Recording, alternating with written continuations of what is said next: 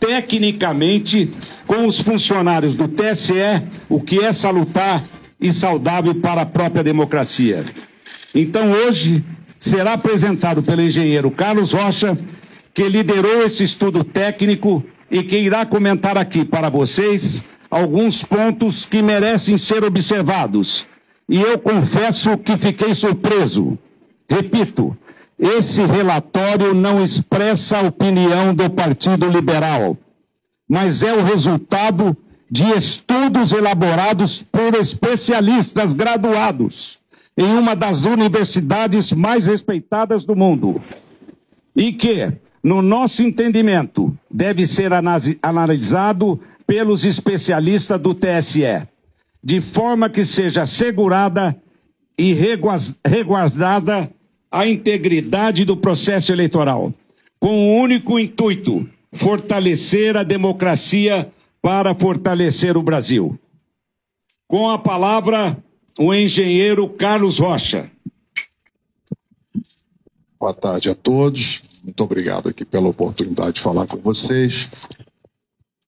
Em primeiro lugar, eu gostaria de destacar que esse ano nós tivemos um avanço muito grande, liderado pelo TSE, na transparência eleitoral.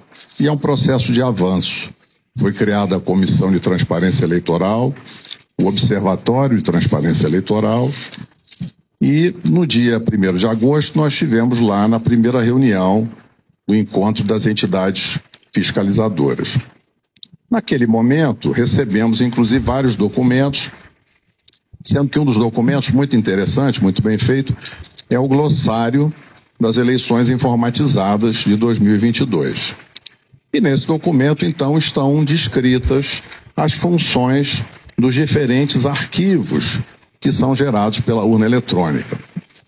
E agora, logo após o final do segundo turno, no dia seguinte, o TSE, numa ação de transparência extremamente positiva e de uma maneira pioneira, publicou os 3 arquivos no portal de resultados do TSE. E nesse portal, então, para cada sessão eleitoral aparecem 3 arquivos. O boletim de urna, cuja função é permitir às pessoas conhecerem os resultados de cada sessão e, eventualmente, fazerem testes na totalização. O segundo arquivo, que é o RDV, é o Registro Digital do Voto, que tem como fim, segundo o TSE, permitir uma eventual recontagem, um arquivo que registra todos os votos. E o terceiro arquivo que o TSE nos liberou foi o log da urna, que, segundo a orientação do TSE, é um elemento importante de auditoria para os partidos políticos e para as entidades fiscalizadoras. E o que aparece nesse log de urna? É como se fosse um diário, né, de todas as atividades que cada urna eletrônica realiza, desde a sua preparação no TRE até o final do segundo turno. Imaginem vocês um diário em que cada linha registra uma atividade. Então, para o registro de cada atividade no log de urna de cada equipamento, o programa que constrói esse log, ele lê 2 dados, 2 informações diretamente do hardware da urna. Ele lê, digamos assim, a estampa de tempo, que é data, hora, minuto, segundo, e também lê o número de série da urna, que é chamado no TSE de código de identificação da urna.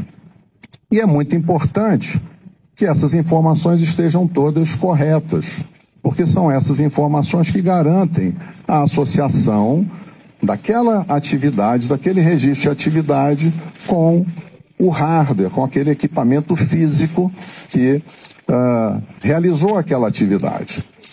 E é importante destacar o seguinte: o nosso trabalho técnico de engenheiros, a gente faz isso para outras organizações do setor privado, e quem audita constrói, quem audita procura sempre colaborar com a organização auditada, e no caso aqui, é nosso propósito contribuir com o aperfeiçoamento do sistema e ampliar a confiança, seja dos eleitores, seja dos candidatos, em todo o processo eleitoral. Então esse é o nosso objetivo.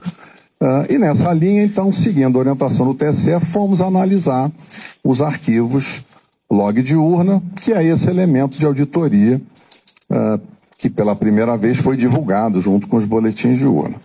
E como é que a gente fez isso? A gente foi buscar uma plataforma inteligente de dados, usamos também plataforma planilhas Excel, mas como as tabelas são muito grandes, foram construídas duas grandes bases de dados. Uma com todas as linhas de todos os boletins de urna, para fazer análise de registro de votos, e a outra tabela, uma grande tabela, com todas as linhas de todos os arquivos log de urna, de todas as urnas. São mais de 472 mil urnas.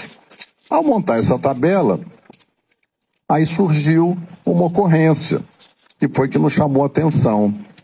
Em alguns milhões, na realidade, em alguns bilhões de linhas, aparece apenas um número, que é um número inválido, ele está fora da faixa de numeração. Os códigos de identificação da urna, que são o número de série, eles vão até um valor de 2 milhões e pouco. E esse número que aparece lá é um número de 67 milhões e uns quebrados. Ora, buscamos diversas formas de encontrar mais informações, mas infelizmente ficou constatado nesse trabalho da equipe técnica que há dois comportamentos diferentes. Um comportamento das urnas novas, né? Que são as urnas modelo UE 2020, que chegaram recentemente. São pouco menos de 193 mil urnas, está mais ou menos 40,8% de todas as urnas. E nessas urnas 2020, o arquivo é gerado da forma esperada. Então, em cada linha que mostra cada atividade, aparece o código de identificação da urna correto, que permite associar, então, vincular aquela linha de registro de atividade à urna que realizou aquela atividade. Quando nós fomos analisar as urnas antigas, que são as urnas de modelos de UE 2009 até UE 2015, essas urnas têm pouco mais de 279 mil urnas, o que dá 59,2% do total das urnas. Nessas urnas, infelizmente, encontramos esse número inválido na quarta coluna do log. Esse é um indício muito forte de falha, de mau funcionamento da urna, porque é impossível associar o registro de cada atividade ao hardware, ao equipamento físico que teria gerado aquela atividade. Isso, evidentemente, tornou um problema, porque é muito desagradável ter esse indício de mau funcionamento, porque gera incerteza agora nos dados que são gerados por essas urnas. Por isso aqui nós gostaríamos de interagir construtivamente com o TSE e avaliar com eles. Existe lá uma previsão na resolução que abre a fiscalização, que é para se fazer exatamente quando ocorre um evento extraordinário, se fazer uma verificação extraordinária após o pleito, e é isso que a gente espera fazer na sequência dessa descoberta. Um outro tema para finalizar é que surgiu uma outra ocorrência, que também é uma ocorrência importante, porque descobriu-se que existem urnas que travaram, assim como o nosso celular trava, assim como o computador trava, e quando acontece isso, a gente precisa muitas vezes desligar e ligar de novo. Isso aconteceu com urnas eletrônicas. Então, urnas travaram e foram desligadas no meio do período da votação, na chave, possivelmente o mesário fez esse desligamento, e foram religadas para que a urna voltasse a funcionar. Isso não seria um problema se não tivesse ocorrido uma violação do sigilo do ato de votar. Porque o que acontece é que, na hora que a urna trava, e em diversos momentos isso aconteceu durante a votação de um eleitor, quando esse erro ocorre, a urna trava e aí registra no log uma linha de atividade com a mensagem de erro, mas que expõe os dados pessoais de eleitores. De duas formas. seja no nome completo do eleitor, em algumas ocasiões, em torno de 200 ocorrências, seja expondo